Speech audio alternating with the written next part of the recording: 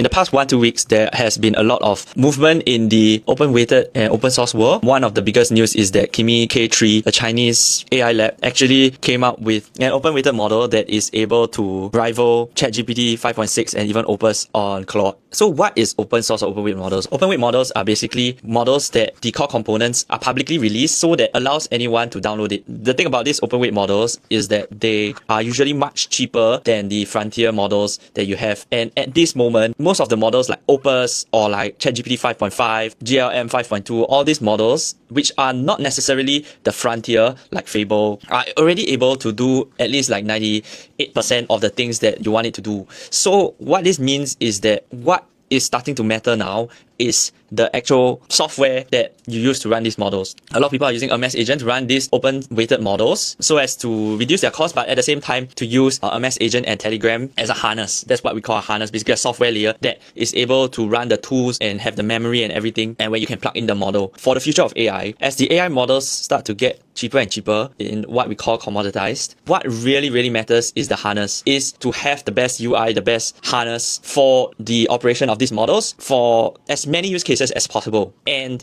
why personally I'm still using Claude is because the way that the information is presented to you on screen and the way that you can edit the documents or the graphics and everything on one app itself is pretty user-friendly. I mean, there's a lot of things that it can improve. And the reason why I don't suggest people to go into using a MS agent and OpenClaw if they don't have a real use case for a certain thing is because the harness isn't great and not user-friendly enough. As much as I use Claude and Claude Cowork for my entrepreneurship, for big enterprises, Copilot seems to be a pretty good harness that comes along with the Microsoft package, which makes sense at this moment to continue to use Copilot, not because that Microsoft is actually doing anything particularly in AI, but they really understand how to build a harness, how to build the software that people know how to use very simply for the general public.